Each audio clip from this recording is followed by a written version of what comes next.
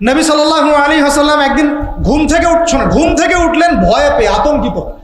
নবীজি ভয়ে পেয়ে আতঙ্কিত হয়ে ঘুম থেকে উঠে বলছেন, লা ইলাহা ইল্লাল্লাহ, লা ইলাহা ইল্লাল্লাহ। তখন তার স্ত্রী পাশে যিনি শুয়ে আছেন তিনি বলছেন নবী সাল্লাল্লাহু আলাইহি ওয়াসাল্লাম বলছেন, ওয়াইলুল লিল আরব মিন শাররি ক্বাদ ইখতারাব। আরব জাতির জন্য ধ্বংস, আরব জাতির জন্য ধ্বংস। কি ভয়ঙ্কর ফিতনা ধেয়ে আসছে ওদের দিকে, কি ভয়ঙ্কর ফিতনা ধেয়ে আসছে। এবং তিনি হাতের ইশারা করে দেখালেন এইভাবে যে আজকে, নবীজি বলছেন 1400 বছর আগের কথা, 1445 বছর আগের কথা, 1445 বছর আগে নবীজি বলেছেন আজকে, ওই সময় আজকে ইয়াজুজ আর মাজুজের যে দেয়ালের কথা মনে আছে? জুলকারনাইনের সময় দেয়াল, এই দেয়াল এতটুকু পরিমাণ খুলে দেয়া হয়েছে, এতটুকু পরিমাণ খুলে দেয়া হয়েছে 1400 কত বছর আগে।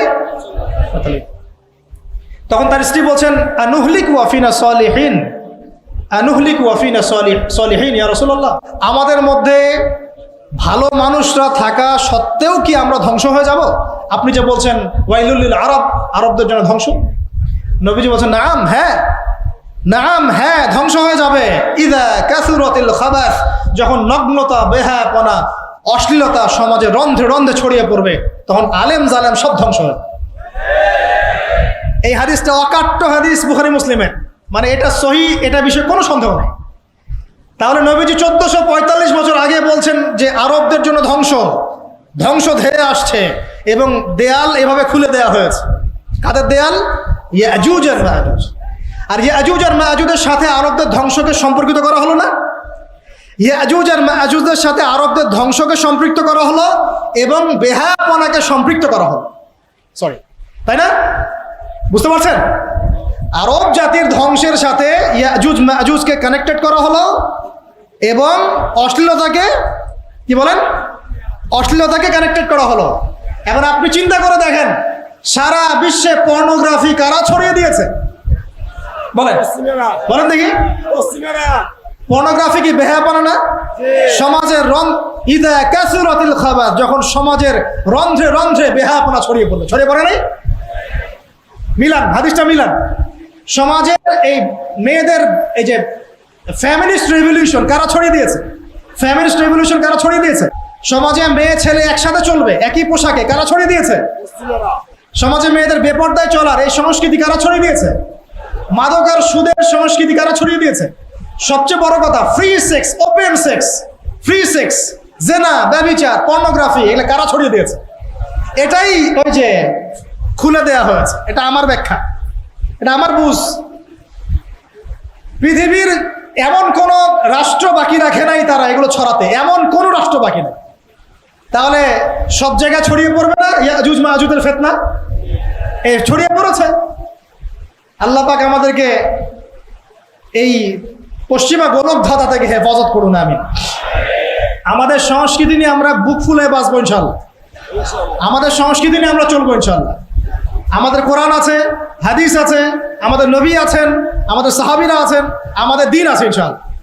আমাদের অন্য কাউকে প্রয়োজন আছে? এই যে প্রযুক্তিগত কথাগুলো বললাম, একটু মাথা খাটান, এগুলো আমরাই তৈরি করতে পারবো ইনশাআল্লাহ। সব ঢেলে সাজানো যাবে ইনশাআল্লাহ তাআলা। আল্লাহ পাক আমাদেরকে বোঝার তৌফিক দান করুন। এখন আজকের যে কথাটা বলতে চাচ্ছি, যে আমরা যদি আমাদের জীবনটা কাজে লাগিয়ে আল্লাহ পাকের রেজামন্দি হাসিল করতে চাই, সমকালীন ফিতনাময় প্রেক্ষাপটটা আরো কঠিন বেশি। আগের প্রেক্ষাপটটা যতটা কঠিন ছিল, আস্তে আস্তে প্রেক্ষাপট কি হচ্ছে? আরো কঠিন হচ্ছে। যেমন পুরো বিশ্বের ক্ষমতা একসময় মুসলিমদের হাতে ছিল, এখন আছে কি? পুরো বিশ্বের অর্থনৈতিক চালিকা শক্তি একসময় মুসলিমদের হাতে ছিল, এখন কি আছে?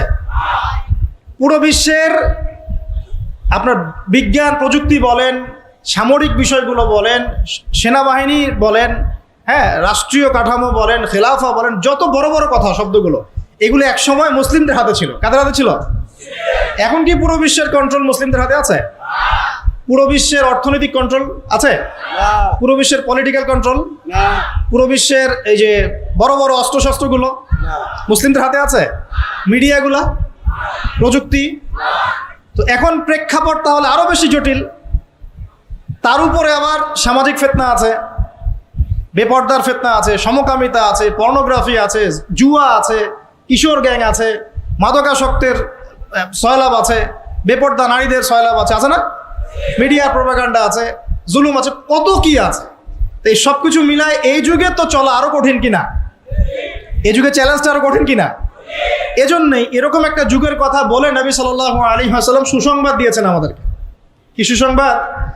নবীজি বলছেন, ইন্না মিন ওয়ারাকুম জামানা সাবরিন, বলেন সাল্লাল্লাহু আলাইহি ওয়াসাল্লাম, তোমাদের সামনে একটা কঠিন সময় আসছে, কঠিন সময়।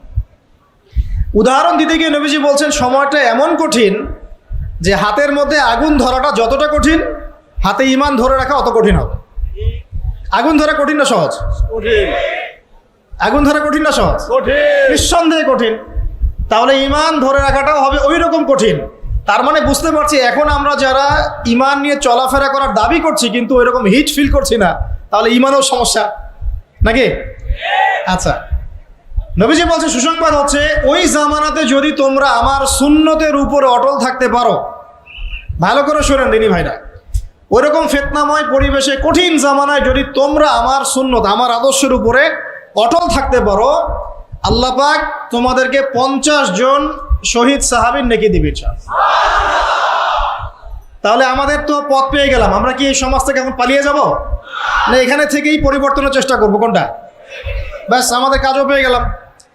তো এখন এই পুরো কাজ, নিজে আমল করা, দিন শেখা, পরিবার, সমাজ, দিনের দাওয়াত, এই সব কিছুকে একসাথে রেখে, সামনে রেখে মোটামুটি ভাবে 5টা কাজ আমাদেরকে করতে হবে। রাজি আছেন ইনশাআল্লাহ?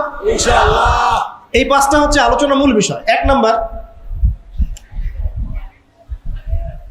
একটু চা খেয়ে নেই আর কি। বিসমিল্লাহ। যাক, এখন আমি আবার আমাকে আবার তাহেরি বানাই দিন না। বিসমিল্লাহ। আচ্ছা আচ্ছা, হ্যাঁ, শুক্রিয়া শুক্রিয়া শুক্রিয়া, জাযাকাল্লাহ। সময় কম তো, হাতে তাড়াহুড়া করছি আর কি। জি জি জি, হ্যাঁ শুনছি। 11টার ভিতরে শেষ হবে ইনশাআল্লাহ। কয়টা কাজ করবো ভাই? আসলে বললে অনেক বলা যায়, কিন্তু এতগুলো আপনি মনে রাখতে পারবেন না। আর আমি একটা জিনিস আপনাদেরকে বলে দেই যে একদিনের ওয়াজ মাহফিল দিয়ে দিন কায়েম হবে না। কথা বুঝতে পারছেন? এই যে ওয়াজ হলো, আয়োজন হলো, আপনারা আসলেন, লেকচার শুনলেন, আমি আসলাম 8 ঘন্টা জার্নি করে, আবার 8 ঘন্টা জার্নি করে গেলাম, 1-1.5 ঘন্টা আলোচনা করলাম, এটাই সব কিছু না। এখানে আপনাদের নিবেদিত প্রাণ কিছু ভাই তৈরি করতে হবে, যারা এখানে দিনের মেহনত করবেন, দাওয়াতের মেহনত করবেন, শিক্ষা প্রতিষ্ঠান গড়ে তুলবেন, একটা কমিউনিটি গড়ে তুলবেন। এক কথা, একটা ইসলামী কমিউনিটি গড়ে তুলবেন। এটা না হওয়া পর্যন্ত একদিনের মাহফিল দিয়ে কিচ্ছু হবে না। তা আপনারা কি একদিনের মাহফিল করতে চান, না দিনের দাওয়াতের কাজ সারা জীবন করতে চান? কোনটা? আল্লাহ কবুল করুন। এই জন্যই বলেছি এবার আরো অনেক কথাই বলেছি, সামনে আরো শুনবেন ইনশাআল্লাহ, যে এই রাতের বেলা এই যে সারা রাত জেগে জেগে ওয়াজ করা, 11টা 12টা 1টা, হ্যাঁ, এই সুন্নতটা চেঞ্জ করতে হবে। এই সুন্নতটা কি করতে হবে? চেঞ্জ করতে হবে। সর্বোচ্চ রাত 10টা যথেষ্ট। কারণ হচ্ছে এখান থেকে যদি বাসায় যাই, রাস্তায় তো আমার 4-5-6 ঘন্টা চলে যাবে, রাতের ঘুম নাই। এভাবে যদি দিনের পর দিন কেউ রাতে না ঘুমায়, শরীর ভালো থাকবে? ওই রকম সতেজ মাথা নিয়ে কি দিনের কাজ করতে পারবো? না। আর আপনারা রাত জেগে জেগে ওয়াজ শুনলেন, ফজরের নামাজ নাই, লাভ হলো? এজন্যে এবার অনেক মাহফিল আমি নিজেও ক্যান্সেল করে দিয়েছি। ভাই মাহফিল আমি এভাবে করতে পারবো না, আল্লাহর ওয়াস্তে মাপ চাই। যদি বাদ জোহর বা বাদ আসর বলেন, যেতে পারবো না। তাহলে বাসায় গিয়ে রাত্রেবেলা এশার নামাজ পড়ে ঘুমানো যাবে, ফজরের পর থেকে পড়াশোনা করা যাবে। মানে সুন্নতের খেলাফ কোনো কাজ করে কিন্তু দিন কায়েম হবে না ইনশাআল্লাহ। আমি আশা করি অন্যান্য ওলামায়ে কেরামরাও এগুলো নিয়ে কথা বলবেন, এবং আমাদের এই যে চলমান একটা রাত জাগার একটা মানে খারাপ অভ্যাস, এটাকে দূর করতে হবে। এই জন্য 11টা ঠিক আছে, 11টা টাইম পারফেক্ট। তা আমরা ওই 5টা বিষয় শিখবো ইনশাআল্লাহ। তার আগে বলছিলাম একদিনের ওয়াজ দিয়ে কিচ্ছু হবে না, আপনাদের মধ্যে কিছু নিবেদিত প্রাণ মানুষ তৈরি করতে হবে। প্রত্যেকটা জায়গায় একটা করে দারুল ইলম মানে জ্ঞানের মার্কাজ দরকার। কিসের দরকার? জ্ঞানের মার্কাজ। এখানে মসজিদ, মাদ্রাসা, ঈদগাহ সব মিলে একটা ক্যাম্পাস থাকতে হবে। এখান থেকে দিনই ইলম শেখানো হবে, ছেলে মেয়েদেরকে দিন শিক্ষা দেওয়া হবে, মা বোনদের জন্য দিন শেখার ব্যবস্থা থাকবে, জেনারেল শিক্ষিত ভাইদের জন্য কোর্স থাকবে, দাওয়াতের মেহনত থাকবে। এভাবে যখন একটা কমিউনিটি গড়ে উঠবে তখন বাংলাদেশের মধ্যে আরো আমূল পরিবর্তন আসবে ইনশাআল্লাহ। আল্লাহ পাক আমাদের সবাইকে এই কথাগুলো বোঝার তৌফিক দান। আমিন। তো কথা বললে ভাই অনেক কথা বলা যায়, মোটা দাগে 5টা আমাদের কর্তব্য এখন আল্লাহ পাক আমাদের সবাইকে করার তৌফিক দান করুন। এক নাম্বার হচ্ছে দুনিয়ায় সফল হতে, পরকালে আল্লাহ রেজামন্দি হাসিল করতে এবং দ্বীন ইসলামকে আল্লাহর জমিনে বিজয়ী করতে সর্বপ্রথম আমাদের ঐক্যবদ্ধভাবে যে কাজটা করতে হবে সেটা হলো আল্লাহর দ্বীনের জ্ঞান শিখা। আল্লাহর দ্বীনের জ্ঞান শিখা, ইলম অর্জন করা। একদম মুখস্থ করে নেন আজকের লেকচার। কি অর্জন করা? ইলম অর্জন করা, দ্বীনি ইলম অর্জন করা। আপনি দুনিয়াবি ইলমে ডক্টর, ইঞ্জিনিয়ার, পাইলট, ব্যারিস্টার, জজ যাই হন, দ্বীনি ইলম অর্জন করতে হবে। আপনি যেই হন না কেন, যে কেউ হন না কেন, দ্বীনি ইলম আপনাকে অর্জন করতে হবে। কতটুকু অর্জন করতে হবে? কতটুকু? যতটুকু অর্জন করলে আমি শিরক চিনতে পারি, তাওহীদ চিনতে পারি, আমি সুন্নত চিনতে পারি, বেদাত চিনতে পারি, আমি হালাল চিনতে পারি, হারাম চিনতে পারি, আমি হক চিনতে পারি, বাতিল চিনতে পারি, আমি ঈমান ভঙ্গের কারণ জানতে পারি, আমি ওযু, গোসল, নামাজ, একামত, কালিমা, আমাদের এই যে বুনিয়াদী শিক্ষা, দ্বীন ইসলামের বুনিয়াদী শিক্ষা আমাকে অর্জন করতেই হবে। রাজি আছেন ইনশাআল্লাহ? ইনশাআল্লাহ। বাংলাদেশের বহু মানুষ নামাজ ঠিক মতো পড়তে জানে না, বহু মানুষ ওযু করতে জানে না, বহু মানুষ ইস্তেনজাও করতে জানে না, আর বহু মানুষ কোরআন তেলাওয়াতও করতে জানে না। কোরআন তেলাওয়াত বিশুদ্ধ করে না শিখলে আপনি আজান দিতে পারবেন না, একামত দিতে পারবেন না। আপনি নামাজে দাঁড়িয়ে আল্লাহু আকবার বলে সানা পড়তে, সূরা ফাতিহা পড়তে, আরেকটা সূরা মেলাতে, রুকুর তাসবিহ, সিজদার তাসবিহ, তাশাহুদ, দুরুদ, মাসুরা এগুলো শুদ্ধ করে পড়তে পারবেন না। আর শুদ্ধ করে যদি না পড়েন অর্থ বিকৃত হয়ে যাবে প্রচুর। মানে আমরা তো নামাজকে কি যে বানিয়ে ফেলেছি, আল্লাহ মাফ করুক, সুবহানাল্লাহ। মানে নতুন নতুন কত শব্দ বের করে ফেলেছে নামাজের মধ্যে। একটু অর্থের পার্থক্যের কারণে ঈমান কুফরের মতো অবস্থা চলে আসতে পারে। বিশুদ্ধ করে তাজবিদ সহকারে কোরআন তেলাওয়াত করা শিখতে হবে প্রথমে। আপনাকে মাদ্রাসায় যেতে হলে যাবেন, মক্তবে যেতে হলে যাবেন, প্রয়োজনে টিচারকে বাসায় নিয়ে এসে যদি পড়তে পারেন পড়েন, যেভাবে হোক আপনাকে কোরআন তেলাওয়াত শিখতেই হবে। আল্লাহ পাক তৌফিক দান করুন। আমরা নামাজের মধ্যে বলছি আলহামদুলিল্লাহ, আলহামদুলিল্লাহ রাব্বিল আলামিন। কি এটা? এটা কি পড়লেন মন্ত্র? আলহামদুলিল্লাহ রাব্বিল আলামিন এটা কি? আলহামদুলিল্লাহ। এই যে আলহামদু শব্দটা সঠিক করে উচ্চারণ করতে পারছেন অনেক। আলহামদু মানে সমস্ত প্রশংসা আল্লাহর জন্য। আলহামদুলিল্লাহ সমস্ত প্রশংসা। আলহামদুলিল্লাহ কি? আলহামদুলিল্লাহ মানে সমস্ত নিন্দা আল্লাহর জন্য। নাউজুবিল্লাহ। আমার কথা কি বিশ্বাস করছেন না? ওলামায়ে কেরামকে জিজ্ঞাসা করেন। কুল হু আল্লাহু আহাদ এটা কি? কুল হু আল্লাহু আহাদ মানে কি? তো কুল মানে খাও, কুল মানে কি? কুল হু আল্লাহু আহাদ, বলুন তিনি আল্লাহ এক। শব্দের অর্থ আছে তো? জি আছে। এখানে পেশাব করিবেন না, করিলে এত টাকা জরিমানা। আর কমাটা যদি না এর পরে নিয়ে বসাই তাহলে এখানে পেশাব করিবেন না, করিলে। আপনারা কি মনে করেন যে আরবির এরকম সিকোয়েন্স নাই? বলছে কুলহু সূরা, সূরাটার নাম কি কুলহু?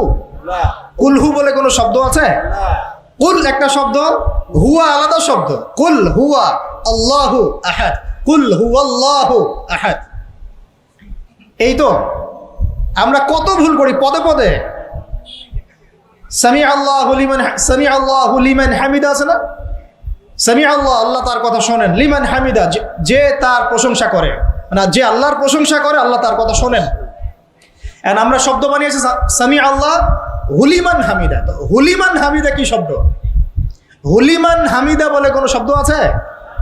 সামি আল্লাহু লিমান হামিদা, সামি আল্লাহু লিমান হামিদা। তো এই যে পদে, আমি বলতে গেলে নামাজ দিয়ে রাত পার হয়ে যাবে।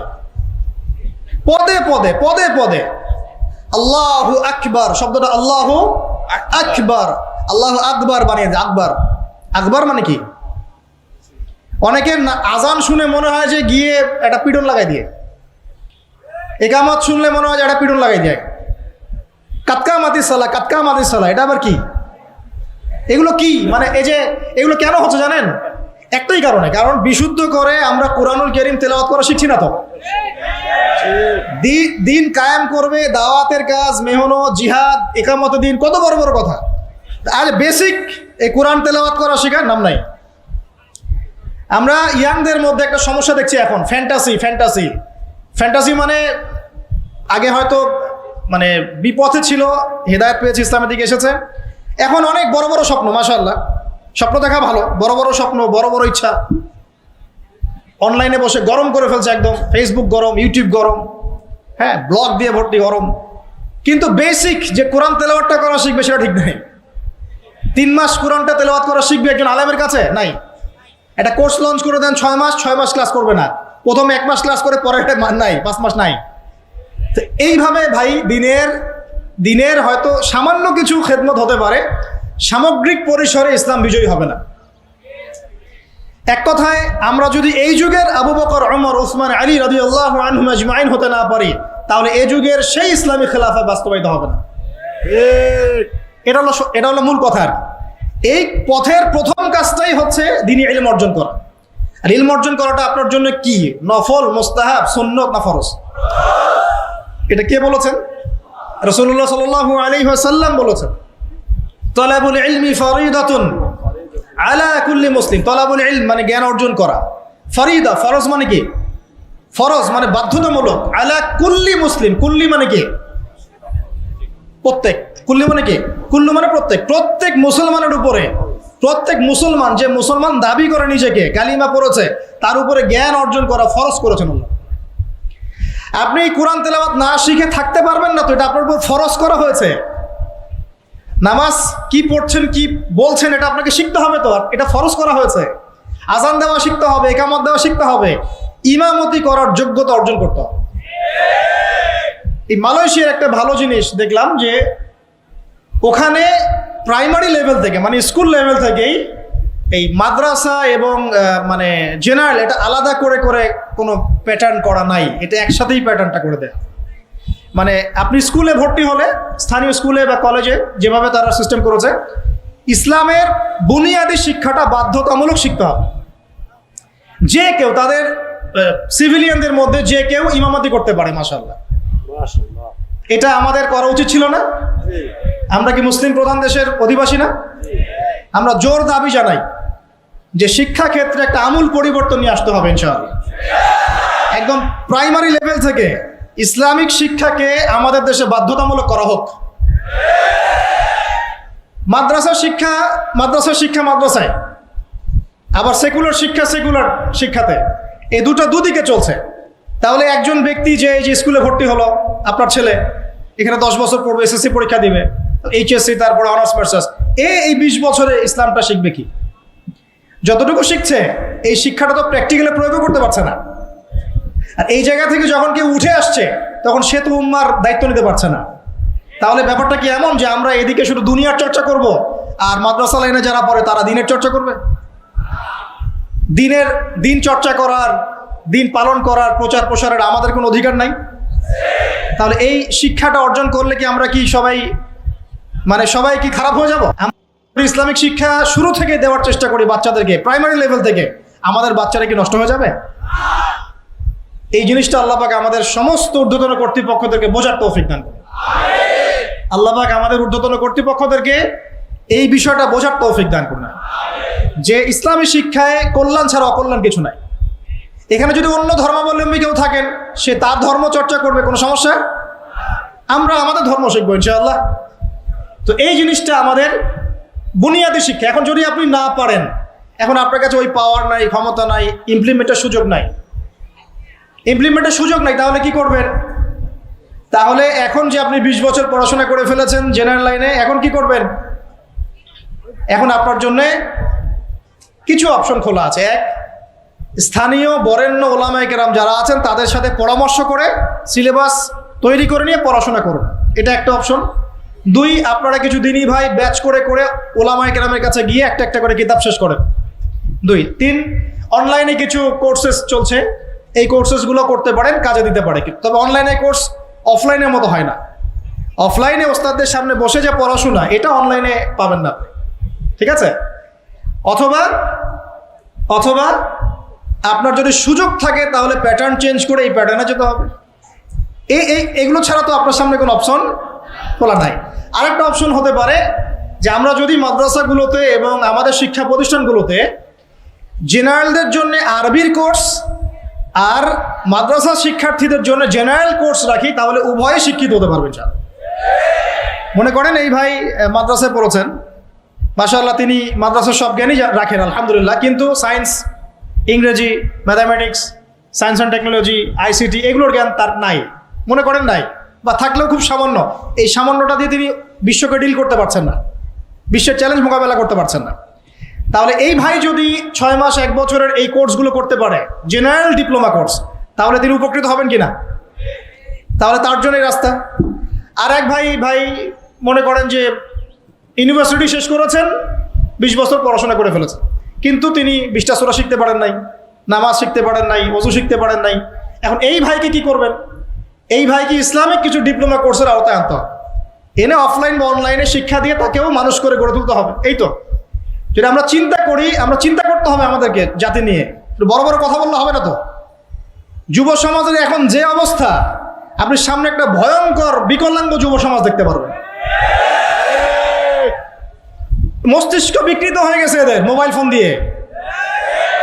মোবাইল ফোন, পর্নোগ্রাফি, মেয়েদের ফিতনা, হারাম অ্যাফেয়ার্স, মাদক, জুয়া, টিকটক, এই করতে করতে এদের মস্তিষ্কর সুস্থতা নষ্ট হয়ে গেছে। আল্লাহর কসম, আল্লাহর কসম করে বলছি, এরা সুস্থ না। একটা চিত্র খুব কমন দেখতে পারবেন, 10টা-20টা ছেলে গোল হয়ে বসে আছে ফোন নিয়ে, সবার মনোযোগ নিচের দিকে। ওয়ার্ল্ডে কি হচ্ছে, আসমানে কি হচ্ছে, জমিনে কি হচ্ছে, কোথায় মুসলিমদের উপর বোম পড়লো, কোনো ফিকিরই নাই ওর। আপনি মনে করেছেন যে এই যুব সমাজ আগামীতে দেশের হাল ধরবে? আমি হলফ করে বলতে পারি কোনোদিন দেশের উপকার করতে পারবে। আপনি নষ্ট করে ফেলছেন যুব সমাজকে, নষ্ট করে ফেলছেন একদম। এদেরকে সুস্থতার দিকে নিয়ে আসতে হলে ইসলামী শিক্ষার কোনো বিকল্প নাই, নামাজের কোনো বিকল্প নাই।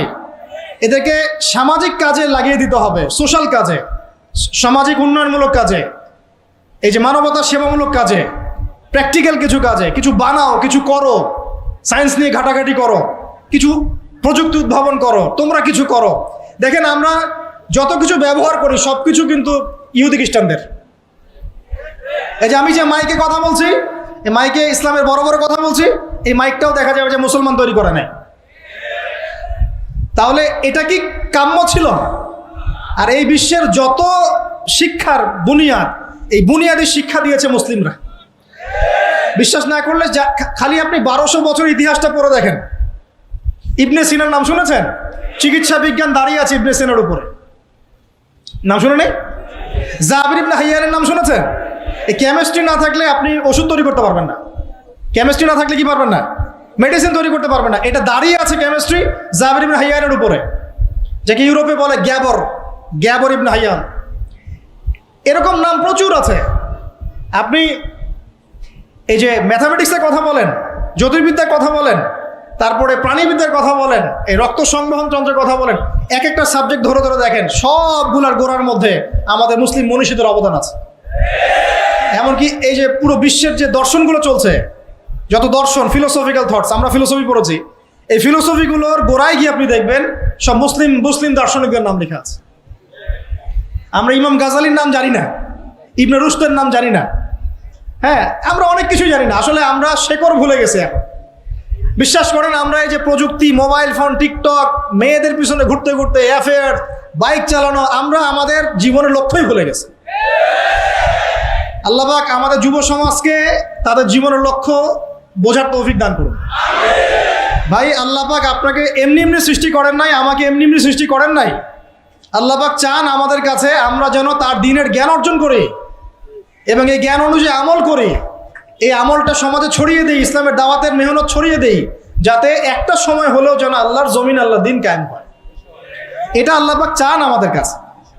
আল্লাহ পাক আমাদেরকে এই জন্য সৃষ্টি করেন নাই যে একটা মেয়ের জন্য আত্মহত্যা করে ফেলবেন। একদম একটা মোবাইল ফোন একটা মেয়েকে কিনে দিয়েছেন, তার জীবন নষ্ট করে ফেলেছেন। যে বাবারা মেয়েদেরকে ফোন কিনে দিয়েছেন, জীবন নষ্ট করে ফেলেছেন এবং তার মাধ্যমে আরো 10টা ছেলেরও জীবন নষ্ট করেছে। আর সত্যি কথা বলছি, এখন আমরা তো ঢাকা শহরে থাকি, মানে এখানে ছেলেদের চেয়ে মেয়েরা বেশি পথ। হ্যাঁ, খুব ভালো লাগে ওদের। কি ভালো লাগে?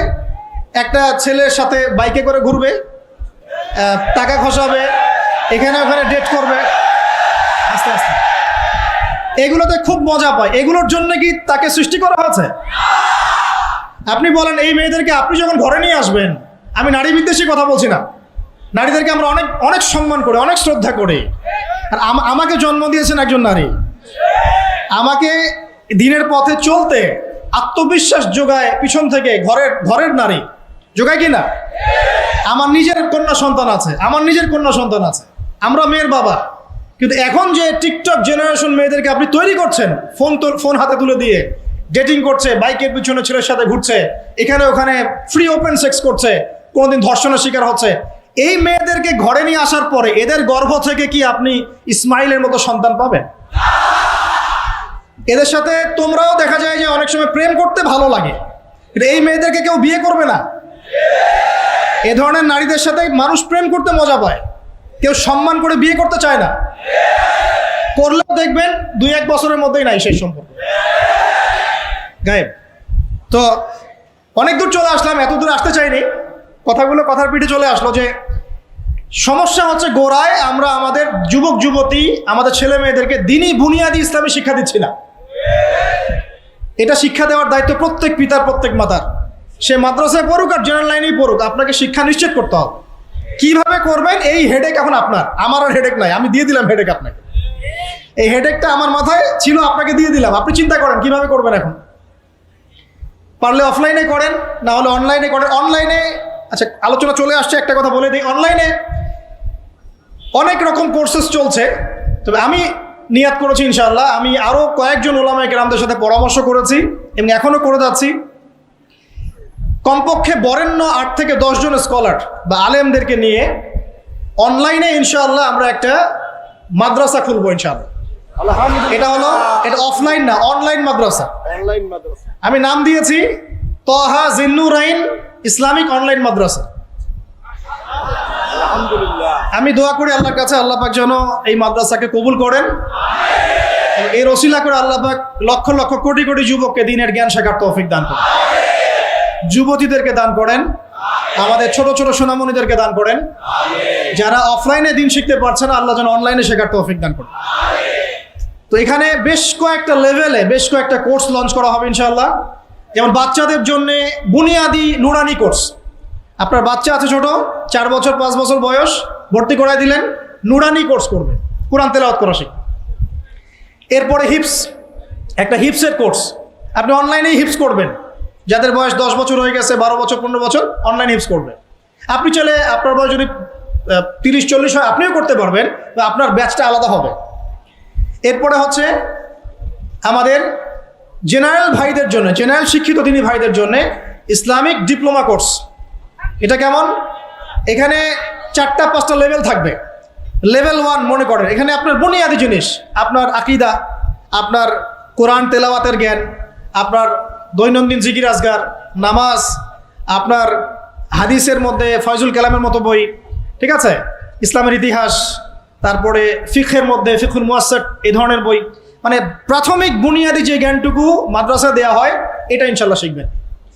এটা শেষ করার পরে যাবেন লেভেল 2।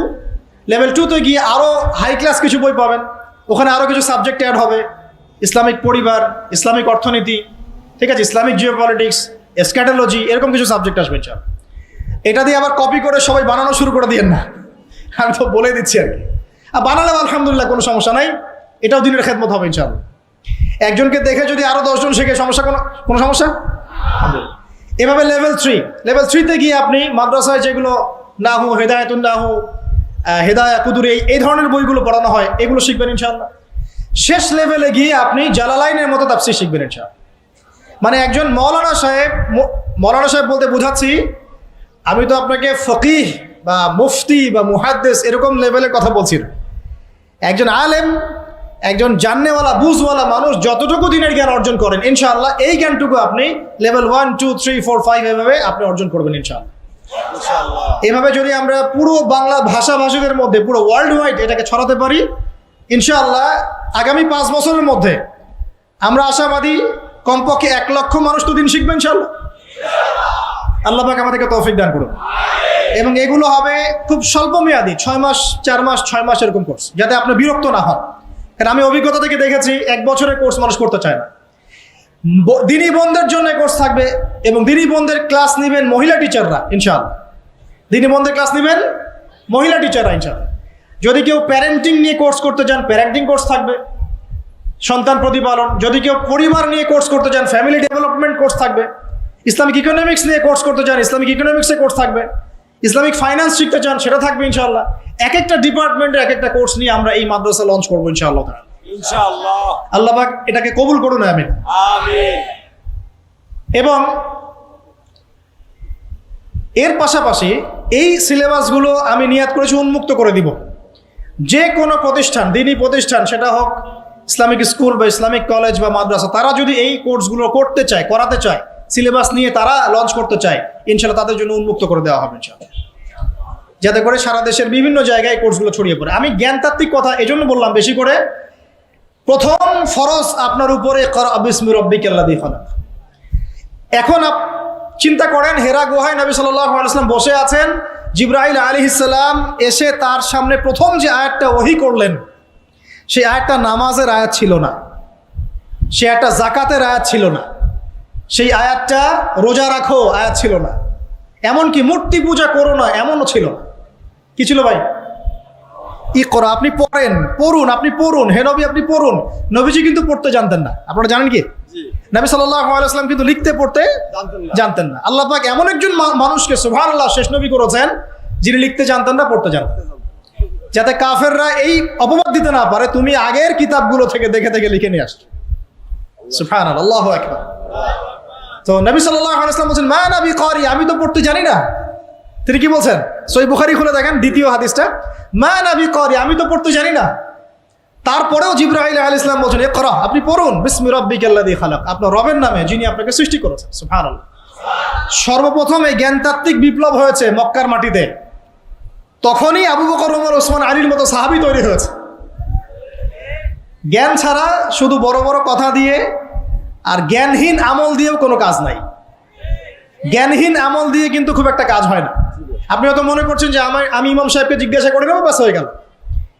কিন্তু জ্ঞান অর্জন করে আমল করার যে স্বাদ আর জ্ঞানহীন আমলের স্বাদ কখনো এক না। শুধু একটা হাদিস শুনে যান যে মেসওয়াক মেসওয়াক মেসওয়াক করি আমরা, যে দাঁত ব্রাশ করি, মেসওয়াক করি, যে ব্যক্তি মেসওয়াক করে এটা আল্লাহর কাছে অনেক বেশি পছন্দের। আল্লাহ পাক ভালোবাসেন মেসওয়াক করনেওয়ালাকে। এটা যখন আপনি জানলেন, এরপর যখন আপনি ব্রাশ করতে যাবেন, মেসওয়াক করতে যাবেন, আমলে স্বাদ পাবেন, পাবেন না? অজু করলে গোনাগুলো ঝরে যায়, যখন আপনি জানলেন যে অজু করলাম আমার অঙ্গ দিয়ে গোনা ঝরে যাচ্ছে, এটা ফিল